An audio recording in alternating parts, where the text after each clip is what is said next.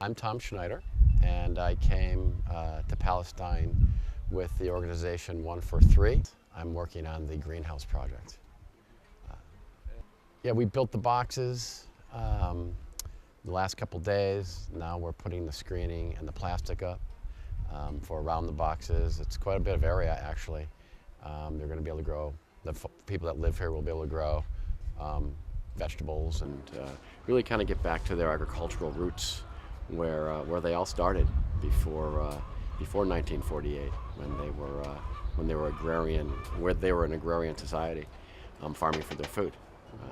Right now, it's really kind of a concrete village here, and so we're bringing farming up to the rooftops.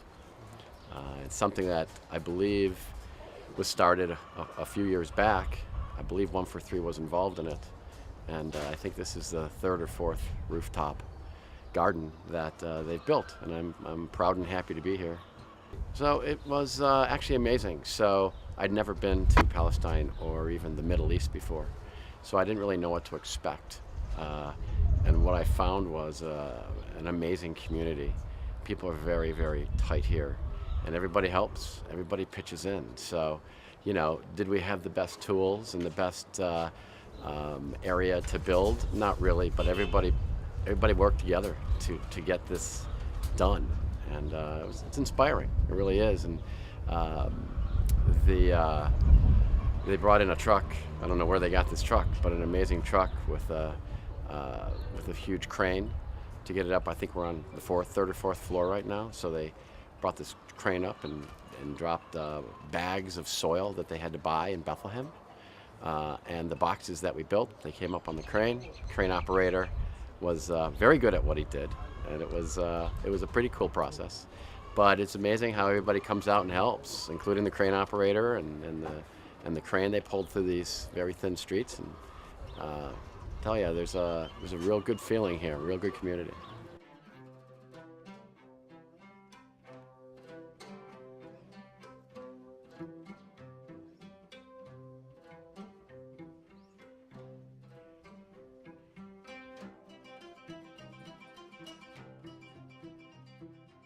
Scales. I'm a physician in the United States.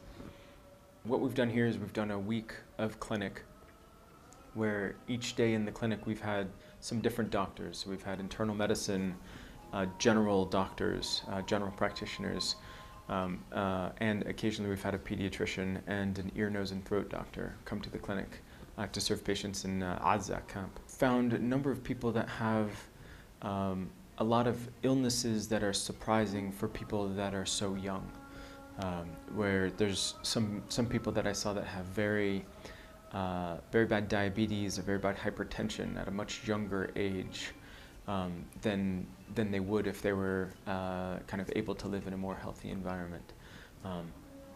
But a lot of the things that we would kind of we as physicians would suggest to them are very difficult. Sort of things like a better diet are very difficult for people that don't have a lot of money, and people that live in an urban area. It can be very difficult to get exercise or other things that kind of help them keep things like diabetes and hypertension at bay.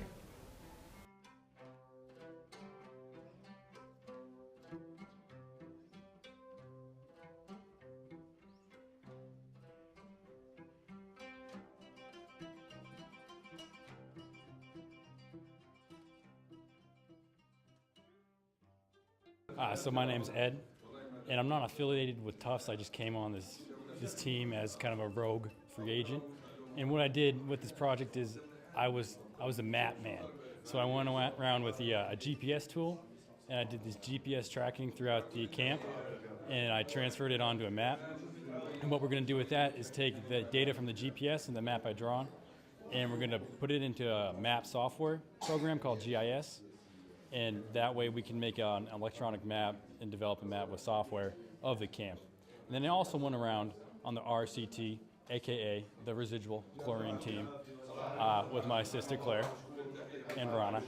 And we tested chlorine in all the houses, and we found great data that you guys have plenty of residual chlorine. And chlorine is important in your water because it kills any bacteria that you might have. So it was good findings that we had.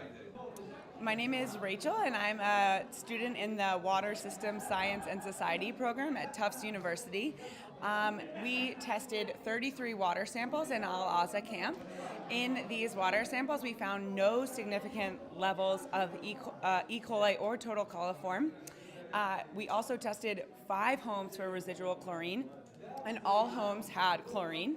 So because there were no significant levels of bacteria and there was chlorine, we think that at this time there was enough chlorine to kill the bacteria in the water.